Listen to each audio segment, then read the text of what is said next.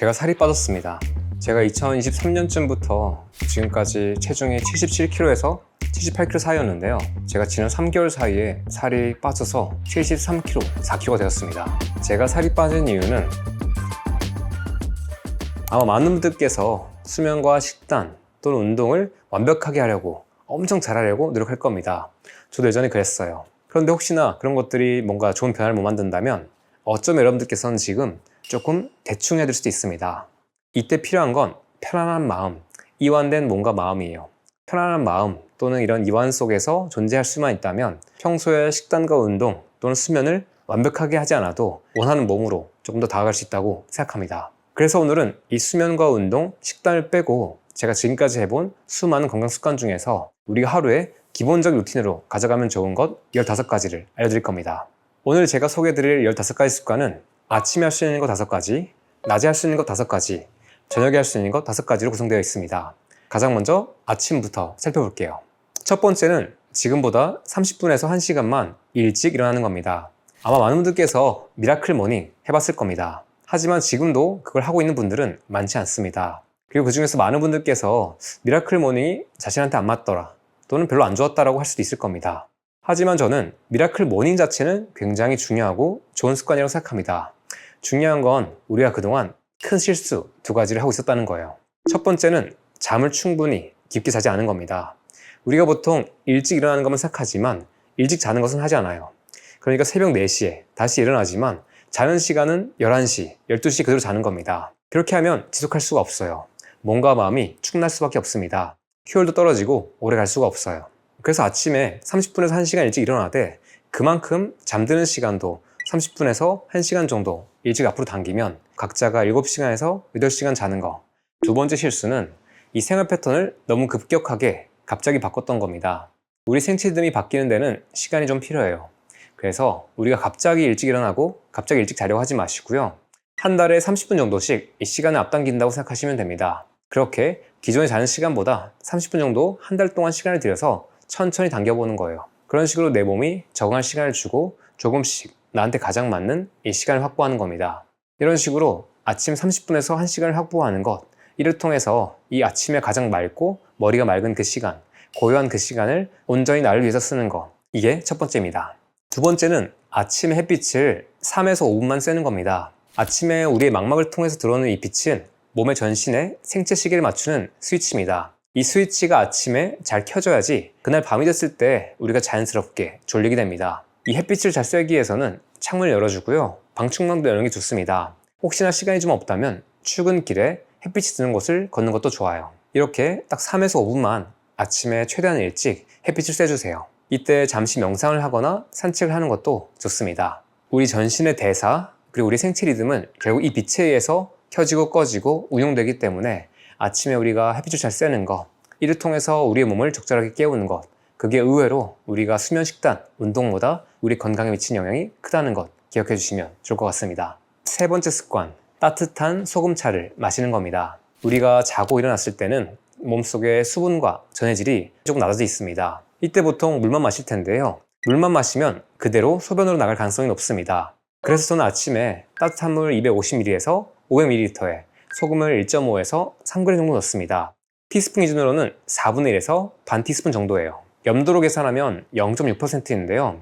우리가 보통 국물 요리를 먹을 때 입안에서 맛있게 느껴지는 딱 적당한 짭짤함 정도, 너무 짜진 않지만 너무 싱겁지도 않은 그 정도 염도를 맞추면 됩니다. 이때 필요한 소금의 양은 각자의 몸마다 또는 한 사람도 그 상황마다 좀 다릅니다. 그렇기 때문에 갑자기 많이 드시지 마시고요.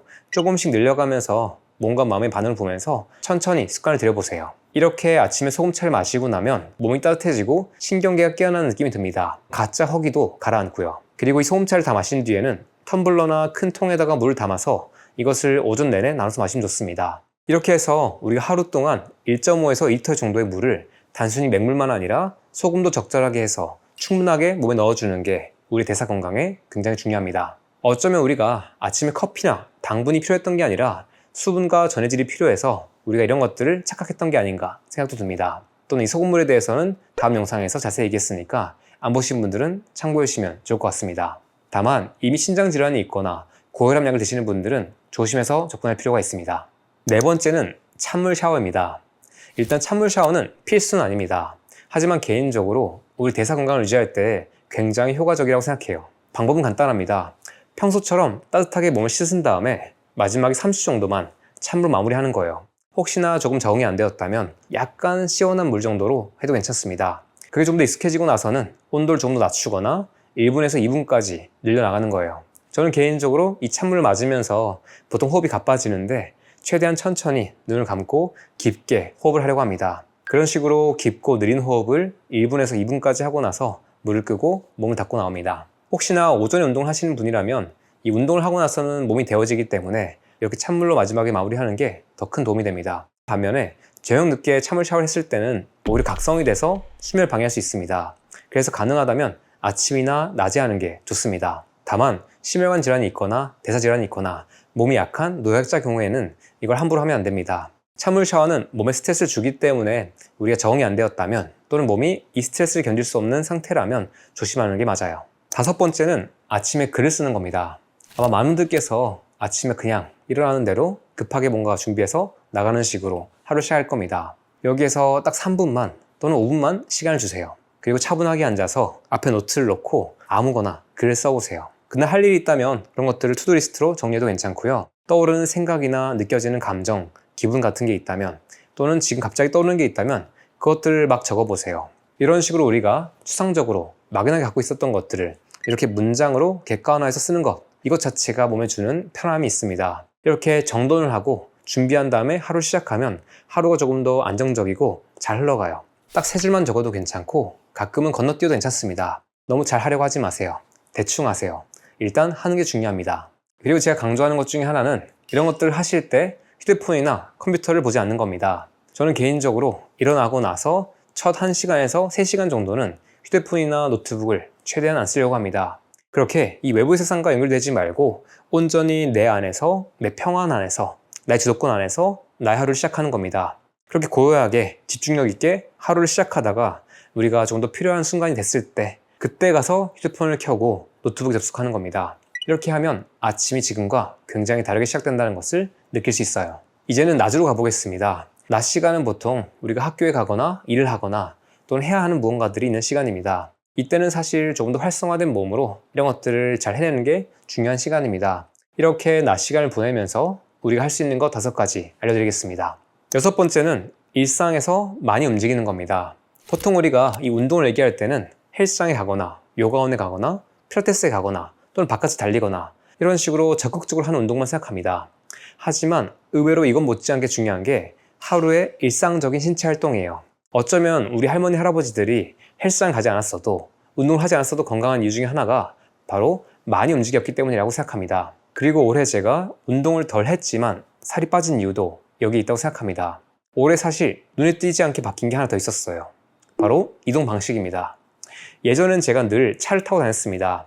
운동을 하러 갈 때도 차를 타러 갔고 밥을 먹으러 갈 때도 차를 탔습니다. 근데 요즘은 걷거나 자전거를 많이 타고 있습니다. 차는 정말 필요할 때만 타고 있어요. 그리고 집 근처에 좋은 산책로가 있어서 여기를 산책하는 시간도 많아졌습니다. 그래서 제가 운동을 하지는 않지만 하루 중에서 제 몸이 신체적으로 활성화되는 시간들, 인슐린 민감도가 낮은 시간들이 더 많이 유지되는 거예요.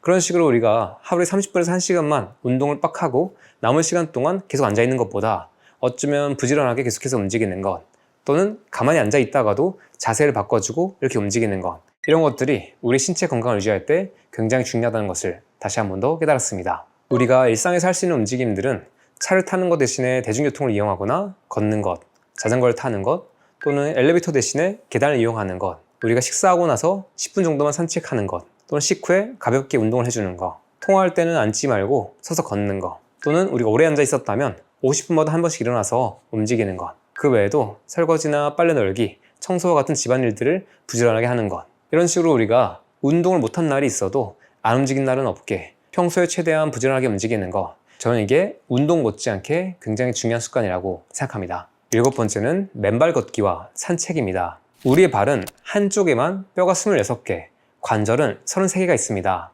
우리 몸 전체 면적에서 2%밖에 되지 않는 기관이 나머지 98%를 떠받치고 있는 거예요. 그런데 현대인의 발은 작은 신발 안에서 되게 좁게 우겨져 있고요. 쿠션이 너무 좋아서 약해지고 있습니다. 원래 발이 했어야 되는 일을 신발이 대신 해주고 있는 거예요. 참고로 한 연구에서는 이 발이 밑창이 얇은 신발, 그러니까 맨발은 아니지만 그나마 조금 더 바닥을 잘 느낄 수 있는 신발로 6개월 동안 생활했더니 발가락을 굽히는 근력이 57% 정도 향상됐습니다. 특별한 운동을 한 게 아니라 그냥 신발만 조금 더 편한 것으로 바꾼 거예요. 그리고 발은 순환에서도 중요합니다. 우리가 걸을 때마다 이 발바닥이 정맥을 짜서 피를 위로 밀어 올립니다. 한 번 걸을 때마다 약 25ml 정도, 이 정도의 피가 종아리 펌프를 통해서 시동을 걸리게 만드는 거, 이게 바로 발이 하는 또 다른 역할이에요. 이 발 건강을 위해서 할 수 있는 것 한 가지가 바로 맨발 걷기입니다. 이 맨발 걷기가 좋은 이유가 다양하지만 그 중에 명확한 하나는 신경계에 관련이 있습니다. 흙이나 모래, 잔디를 맨발로 디디면 발바닥의 감각이 굉장히 깨어납니다. 가동성도 좋아지고요. 균형 감각도 살아납니다. 보통 걸을 때는 아무 생각 없이 걷지만 우리가 맨발로 걸을 때는 굉장히 많은 정보가 들어오고요. 우리 몸의 다른 신체 부위, 하체나 엉덩이까지 잘 느껴져요. 그리고 이렇게 신경계가 자극될 때 소화도 좀 더 편안해지고 배변도 좀 더 좋아집니다. 밤에 잠도 잘 자게 돼요. 그리고 많은 분들께서 불안하고 바쁜 마음속에서 우리 의식이 과거나 미래를 떠돌면서 불안하거나 또는 후회를 하는 경우가 많을 겁니다. 그런데 이렇게 발바닥의 감각을 집중하게 되면 주의가 재배치돼요. 그런 식으로 주의가 모두 뇌에 가 있을 때 이렇게 발바닥을 잘 감각해주는 것들이 지금 그 주의를 내려주면서 몸과 마음을 조금 더 편하게 해줍니다. 혹시나 맨발로 걷는 게 어렵다면 그냥 산책도 괜찮습니다. 각자 가능한 방식으로 산책 또는 맨발 걷기를 일상에서 넣어주시는 것, 이게 우리가 건강해지는데 굉장히 중요한 습관이라고 생각합니다. 그래서 이걸 매일 한다면 좋겠지만 아마 그게 어려우니까 일주일에 몇 번 정도만 가능한 곳을 맨발로 걸어보세요. 그런 식으로 여러분들의 일상에 맨발로 걷는 것 또는 산책하는 것, 이런 것들을 조금 더 넣어보시면 의외로 몸과 마음에 되게 좋은 변화가 있을 겁니다. 8번째는 바른 자세를 유지하는 겁니다. 우리가 하루에 몇 시간 동안 어떤 자세로 있느냐가 1시간의 운동보다 몸에 더 큰 영향을 줄 수도 있습니다. 이렇게 우리가 구부정한 자세로 있거나 또는 다리를 꼬는 것, 이것들은 단순히 보기만 나쁜 게 아닙니다. 이렇게 존재할 때 우리의 척추, 특히 경추나 요추, 이런 데 되게 큰 부하가 갑니다. 그리고 많은 현대인분들께서 컴퓨터 앞에서 일을 할 때 이런 식으로 목을 내밀고 거북이처럼 있겠죠? 그리고 어깨도 이렇게 앞으로 굽어지고요. 이게 잠시면 모르겠지만 하루에 몇 시간 이상 그것을 매일 반복하는 거, 이런 것들이 우리 몸에 주는 부하가 굉장히 큽니다. 그리고 예전에 황미진 원장님과의 인터뷰에서 얘기했던 것처럼 이렇게 구조적으로 문제가 생기면, 뒤틀림이 생기거나 왜곡이 생기거나 압박이 생기면 그것은 결국 신경계나 호르몬을 통해서 전신의 대사에도 부정적인 영향을 줄 수 있습니다. 척추와 골반의 정렬이 틀어진 사람이 건강할 수 없으니까 한번 평소에 자세를 점검해 보시고 문제가 없는지 확인해 보시길 바라겠습니다. 9번째는 호흡입니다. 호흡은 굉장히 중요한 습관입니다. 저도 갈수록 이 호흡이 얼마나 중요한가에 대해서 깨닫고 있어요. 호흡은 우리의 자율신경을 직접 조절할 수 있는 거의 유일한 레버입니다. 우리가 심장에게 천천히 뛰라고 명령할 수는 없지만, 또는 소화를 더 빨리 하라고 할 수는 없지만 호흡은 바꿀 수 있어요. 아마 많은 분들께서 이 호흡이 되게 짧아져 있을 겁니다. 되게 빠르고 짧게 하고 있을 겁니다. 이 호흡을 바르게 하기 위해서는 기본적으로 깊고 천천히 하는 게 좋습니다. 코로 숨을 쉬고 내쉬는 게 좋습니다. 이때 입안에 있는 혀는 입천장에 가볍게 붙이는 게 좋습니다. 평소에 우리가 불안하면 호흡이 얕고 빨라집니다. 반대로 호흡을 늦추면 몸은 이렇게 판단해요. 지금은 도망갈 상황이 아니구나. 지금은 편한 상황이구나. 이렇게 우리가 호흡을 편하게 할 때, 깊게 할 때 우리 몸은 금방 이완이 됩니다. 궁금하신 분들은 지금부터 한 5번 정도만 영상을 보시면서 들숨을 천천히 깊게, 날숨을 들숨보다 길게 내쉬어보세요. 개인적으로 추천드리는 호흡 방법은 3가지가 있는데요. 첫 번째는 4초 동안 들이쉬고 6초 동안 길게 내쉬는 겁니다. 두 번째는 박스 호흡이에요. 4초 동안 들이쉬고 4초 동안 멈추고 4초간 내쉬고 4초간 멈추는 겁니다. 한번 해볼까요? 들이쉬고 셋, 넷, 멈춥니다. 둘, 셋, 넷, 내쉴게요. 둘, 셋, 넷, 멈출게요. 네, 이런 식으로 네모를 그리듯이 들이쉬고 멈추고 내쉬고 멈추고를 반복하는 겁니다. 이렇게 하게 되면 리듬이 생기고요. 뭔가 빠르게 돌고 있었던 생각에 브레이크 걸립니다. 그리고 3번째 호흡법은 앤드루 후만 박사가 소개하는 Physiological Sigh, 생리적 한숨입니다. 이건 2번 들이쉬고 길게 한 번 내쉬는 건데요.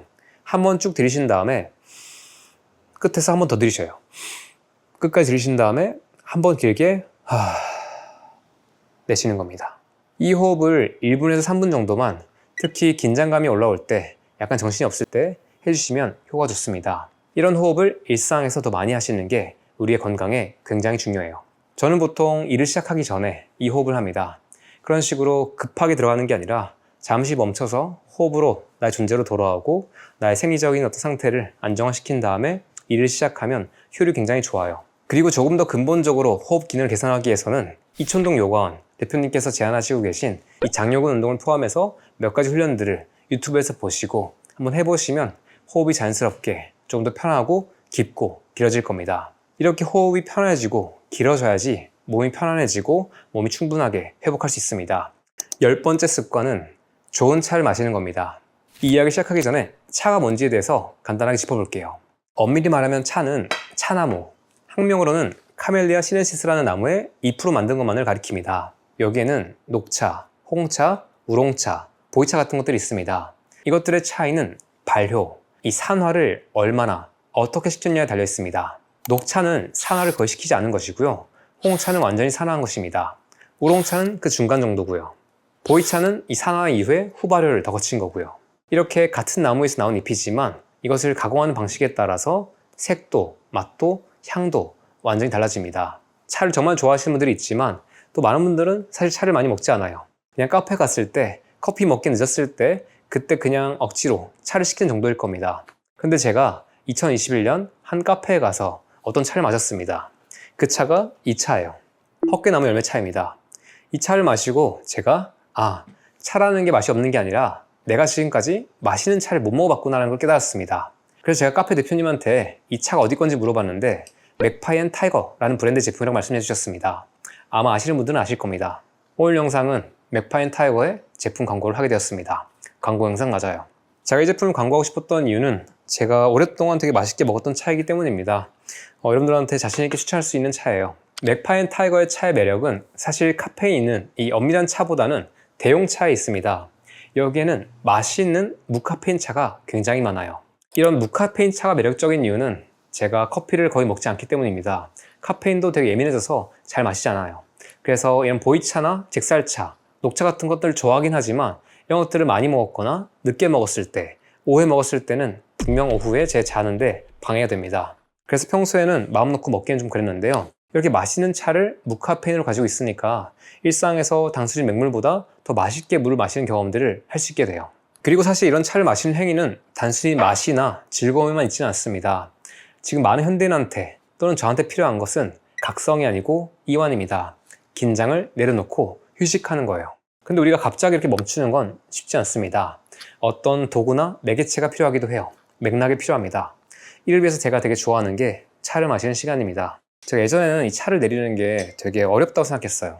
배워본 적도 없고 다른 경험을 해본 적이 없으니까요. 그런데 이 맥파이 앤 타이거 제품에는 이걸 어떻게 올릴지가 잘 나와 있어요. 이 뒷면에 차와 물을 얼마나 넣을지, 물의 온도는 어떻게 맞출지, 얼마 동안 우릴지 다 적혀 있습니다. 이것들을 기억하지 않아도 그냥 할 수 있어요. 그래서 지금 마실 보리순차, 제가 헛개나무 열매 차 다음으로 되게 좋았던 차인데요. 2.5g을 200ml 담아보겠습니다.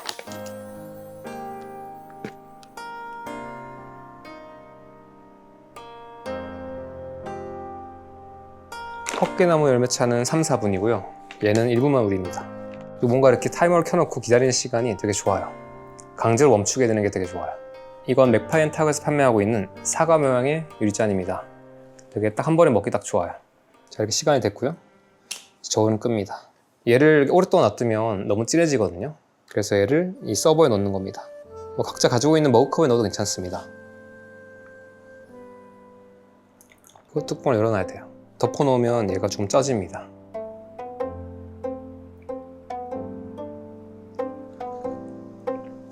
보이차나 이런 발효된 차를 마실 때 같은 풍미가 입에 돌거든요. 발효된 차의 느낌이 약간 있으면서도 바다의 느낌이 좀 있어요. 고소한 맛도 살짝 있는데요. 저 개인적으로는 여기 있는 차 중에서 하동 헛개나무 열매차를 가장 좋아하는데 이번 여름에 나온 이 보리순차 추천합니다. 또 여자분들은 쑥차 많이 좋아하시고요. 호박차도 되게 반응 좋았던 것 같아요.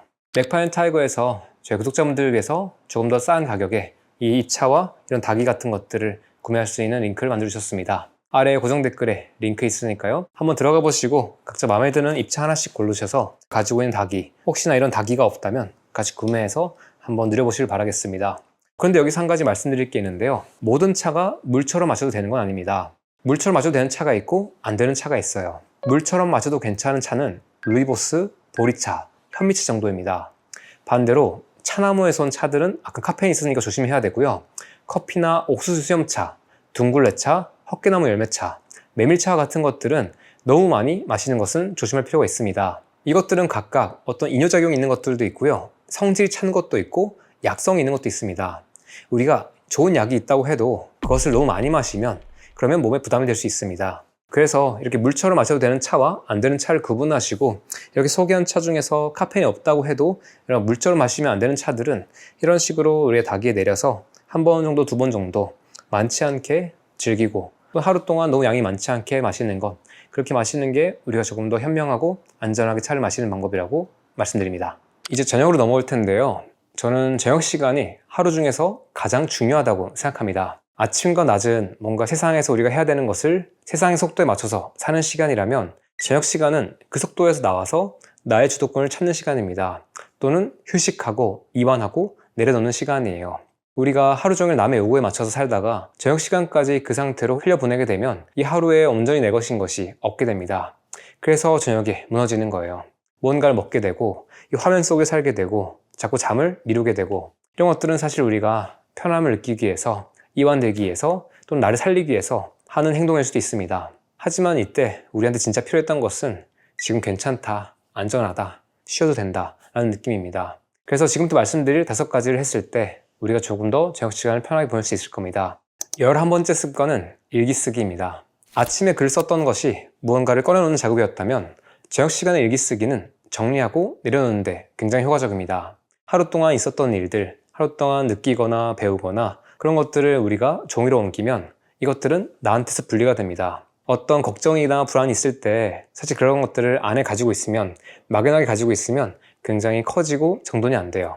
그런데 그런 것들을 우리가 이름을 붙이고 문장을 통해서 밖으로 가져오게 되면 이것들이 조금 더 편하게 보입니다. 예를 들어서 오늘 짜증났다 라고 적는 게 아니라, 이때 이런 말을 들어서 무시당한 기분이 들었다. 그 무시당한 기분은 왜 들었을까? 이런 것 때문이었던 것 같다. 그 사람은 이런 목적을 했던 것 같은데 나는 이런 것들이 기분이 나빴다. 이런 식으로 적을 수도 있겠죠. 그리고 반대로 긍정적인 일도 적을 수 있을 겁니다. 기본적으로 감사한 일 적는 것이 우리 뇌 건강에, 마음의 평안에 굉장히 효과적이에요. 그래서 자기 전에 그날 많은 혼란과 어지러움이 있었다고 해도, 불행한 일이 있었다고 해도 또 동시에 감사한 일이 있을 겁니다. 그것을 3가지 정도만 적어보는 겁니다. 이렇게 해주시고 나면 우리 몸과 마음이 조금 더 편안해지고 잠에도 더 쉽게 깊게 들 수 있습니다. 12번째는 독서입니다. 저는 최근에 이 저녁에 독서하는 것이 건강에 굉장히 중요하다, 효과적이라는 것을 배우고 있습니다. 그동안 저녁 시간에 SNS를 하거나 뭔가 일을 더 했다면 이제는 저녁 시간에 이런 것들을 최대한 멈추고 책을 읽는 시간을 5분에서 10분만이라도 가지려고 합니다. 이렇게 짧게 시간만 가져도 금방 나는 다른 상태로 들어갈 수 있어요. 그리고 이 책이라는 게 매력적인 게 내 주변에 있는 내가 비슷한 사람들 만나는 게 아니라 굉장히 다른, 또는 많은 경우에 우리보다 되게 똑똑하고 삶에 대한 고민을 많이 했던 누군가의 생각을 읽을 수 있습니다. 마치 그 사람과 대화를 하는 거예요. 이런 식으로 나의 일상 안에서도 그런 작가들과 교류할 수 있고 멈출 수 있고 나를 조금 더 정돈할 수 있는 시간, 이것에 독서가 주는 효과가 굉장히 큽니다. 특히 저녁 시간에 자꾸 뭔가 폭식을 하거나 과식을 하거나 야식을 먹거나 컨텐츠를 조금 자꾸 아쉽게 소비하시는 분들은 한번 책을 읽기 시작해 보세요. 좀 읽기 쉬운 책, 재밌는 책부터 시작해가지고 어떤 목적을 위해서가 아니라 소설 같은 것들, 재밌는 것들 찾아서 읽어보시면 의외로 금방 우리가 편한 상태로 들어갈 겁니다. 그런 식으로 우리의 긴장한 몸과 마음을 이완해주고 우리가 조금 더 나를 위한 즐거운 시간 가질 수 있게 해주는 겁니다. 13번째는 사우나 또는 따뜻한 목욕입니다. 제가 올해 초에 올렸던 이 영상에서 사우나의 놀라운 효능에 대해서 자세히 설명드렸습니다. 그 영상 통해서도 많은 분들께서 이 사우나를 시작하신 것으로 알고 있습니다. 우리 몸을 이완시키는 굉장히 빠르고 효과적인 강력한 방법 중 하나가 몸을 따뜻하게 하는 겁니다. 우리 몸이 열에 노출되었을 때는 혈관이 확장되고 심장이 빨리 뛰게 되고 근육의 긴장이 풀게 됩니다. 그리고 이런 사우나가 끝나고 나서 열이 빠져나가면서 심부 체온은 서서히 내려갑니다. 이렇게 심부 체온이 내려가게 되면 잠들 때쯤에는 우리 몸이 조금 더 쉽고 깊게 잠들 수 있어요. 그래서 저는 좀 어려운 것을 했거나 긴장감이 좀 많다? 그런 날들에는 목욕탕에 갑니다. 사우나에 가서 이 사우나와 이 냉수욕을 번갈아 가면서 3세트 정도 반복해요. 사우나를 하고 쉬었다가 찬물에 들어갔다가 또 쉬었다가 또 사우나를 하고 쉬었다가 찬물에 들어갔다가 이런 식으로 하고 나면 완전 내 존재를 몸과 마음을 갈아 끼우는 느낌이 듭니다. 그러고 나면 금방 이완되고요. 밤에 엄청 졸려요. 그리고 40도 정도의 물에 반신욕을 하는 것도 괜찮습니다. 집에 욕조가 있다면 그것도 괜찮고요. 발만 조격하는 것도 괜찮습니다. 이것들을 일주일에 1번 정도 또는 2번 정도만 꾸준하게 해보세요. 그게 금방 여러분들을 이완시킬 겁니다. 다만 술을 마시고 사우나를 하는 것은 위험하고요. 식사 후에는 최소한 1시간 이상은 지나고 하시는 게 좋습니다. 심혈관 질환이 있다면 의사와 먼저 상담을 하시고 조금 천천히 안전하게 하는 게 좋습니다. 14번째는 저녁 시간에 빛을 관리하는 겁니다. 아침의 빛이 우리 몸의 생체 시계를 켜는 거라면 저녁의 빛은 그 시계를 망가뜨리는 자극입니다. 기본적으로 이런 조명이나 또는 흰색 불빛, 형광등 같은 것들, 백열등 이것들이 우리가 저녁 시간에 꺼야 되는 것이고요. 또 휴대폰이나 이런 모니터에서 나오는 빛들 이런 것들도 가급적이면 저녁에는 보지 않는 게 좋습니다. 이것들은 계속해서 우리를 깨우고 지금 낮인지 밤인지 헷갈리게 만들 수밖에 없습니다. 그래서 제가 가장 좋아하는 것은 저녁 6시에 휴대폰을 끄는 겁니다. 보통 휴대폰을 꺼도 별일 일어나지 않습니다. 그때부터는 나만의 흐름 속에서 누구한테도 방해받지 않고 나만의 흐름으로 차분하게 내 시간을 보내는 거예요. 이때 차를 마실 수도 있고 독서를 할 수도 있고 글을 쓸 수도 있겠죠. 이런 식으로 나만의 시간을 보내다가 자는 시간이 가까워졌을 때 스르륵 잠드는 거, 이게 숙면에 굉장히 큰 도움이 됩니다. 그리고 저녁 시간에 어쩔 수 없이 흰빛을 봐야 되거나 또는 전자기기를 봐야 한다면 이때는 블라이트 차단 안경, 블라차를 끼시는 걸 추천드립니다. 이것도 광고예요. 수면 공간에 빛을 완전히 제거하는 것도 숙면에 굉장히 중요합니다. 가능하다면 암막 커튼을 설치하시고요. 그게 어렵다면 수면 안대를 껴보세요. 이런 식으로 우리가 빛을 관리하는 겁니다. 화면 대신에 종이책, 조도는 낮추고 주황색이나 이런 노란색 불빛으로 바꾸고 음악은 조금 차분하게 이런 식으로 우리의 뇌가 너무 각성되지 않을 수 있도록 편안하게 쉴 수 있게 해주는 겁니다. 마지막 15번째는 마그네슘입니다. 마그네슘이 우리 몸에서 하는 일은 크게 3가지가 있습니다. 에너지 대사, 신경과 근육의 흥분성 조절, 그리고 뼈 건강. 일단 에너지 쪽을 보면 우리 몸의 에너지 화폐를 ATP라고 부르는데요. 세포 안에서는 이 ATP가 마그네슘과 결합한 형태로 어떤 반응에 참여합니다. 그래서 마그네슘이 부족하면 피로감이 많이 느껴지고 회복이 느려지고 근육이 잘 뭉칠 수 있습니다. 그리고 뇌에는 흥분성 신호가 지나가는 통로가 있습니다. 마그네슘은 여기에 살짝 마개처럼 끼워져서 과하게 각성하는 것을 막아줘요. 수면제처럼 재우는 건 아니지만 잠을 방해하는 요인들을 줄여주는 겁니다. 밤에 자주 쥐가 나거나 눈밑이 떨리거나 잠을 잘 못 들거나 두통이 잦거나 불안이나 긴장도가 높거나 근육이 자주 뭉치는 분들, 이런 분들은 한번 마그네슘을 음식과 보충제로 보충해 보시길 바라겠습니다. 음식에는 아보카도, 연어, 호박씨, 아몬드, 검은콩 같은 것들에 마그네슘이 풍부합니다. 그리고 저는 자기 전에 이틀에 1번 정도는 이 마그네슘 영양제를 먹습니다. 제가 먹는 제품은 아래 고정 댓글에다가 정리해 두겠습니다. 이건 광고가 아니에요. 하지만 모든 영양소나 음식이 그렇듯이 사람마다 어떤 맥락이 다릅니다. 그래서 제가 단순히 모든 사람들한테 마그네슘이 좋다고 얘기할 수는 없어요. 혹시 신장질환이 있거나 복용 중인 약이 있거나 몸이 좀 약하다면 그렇다면 전문가의 의견을 받으신 다음에 드시는 것을 결정하시는 게 안전합니다. 오늘 이렇게 제가 수면과 운동, 식단 외에도 굉장히 중요하다고 생각하는 습관들을 소개해봤습니다. 마지막으로 여러분들한테 꼭 드리고 싶은 말이 있습니다. 삶이라는 게 정신이 없고 힘들고 혼란스럽고 때로는 불합리합니다. 계획대로 되는 게 많지 않습니다. 우리의 존재를 마치 바다 위에 떠있는 배라고 생각하면 좋을 것 같아요. 파도는 계속해서 넘실대고 조류는 계속해서 흐릅니다. 가만히 있으려고 하지만 배는 계속 흔들리고 자꾸 어디로 넘어가려고 해요. 이때 우리한테 필요한 건 배에다 무언가를 더 싣고 더 열심히 노를 젓는 게 아닙니다. 무언가를 버리고 평형을 잡아주고 내가 원래 있어야 할 자리를 알 수 있게 해주는 닷 같은 게 필요해요. 그 닷 같은 습관들이 오늘 말씀드린 것들입니다. 이런 것들이 어떤 하루를 보내든 간에 나를 받쳐주는 어떤 기둥 같은 역할을 할 거예요. 이것들이 모든 게 있을 필요는 없지만 몇 가지 정도는 있어야 됩니다. 그게 있으면 하루가 아무리 혼란스럽고 엉망이어도 완전히 무너지진 않습니다. 때로는 이런 것들을 다 못 지킨다고 해도 다시 안전하게 돌아갈 수 있어요. 우리한테는 이 닻이 있었으니까요. 그동안 살아오시면서 열심히 하긴 했는데 자꾸 무너지거나 요동치거나 길을 잃었다면 어쩌면 노력이 부족해서는 아닐 수도 있습니다. 이때 우리한테 필요했던 것은 이런 닷 같은 습관이었을 거예요.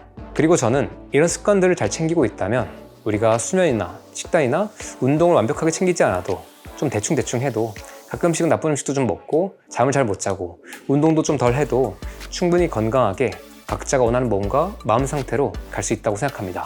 오늘 소개했던 이 맥파인 타이거 제품이 궁금하신 분들은 아래쪽에 있는 고정 댓글 링크 참고하시고요. 오늘의 내용도 한번 여러분들 삶에 적용해보시고 충분히 도움 받으시면서 남은 한 해 현명하게, 안전하게, 그리고 편안하게 보내시길 바라겠습니다.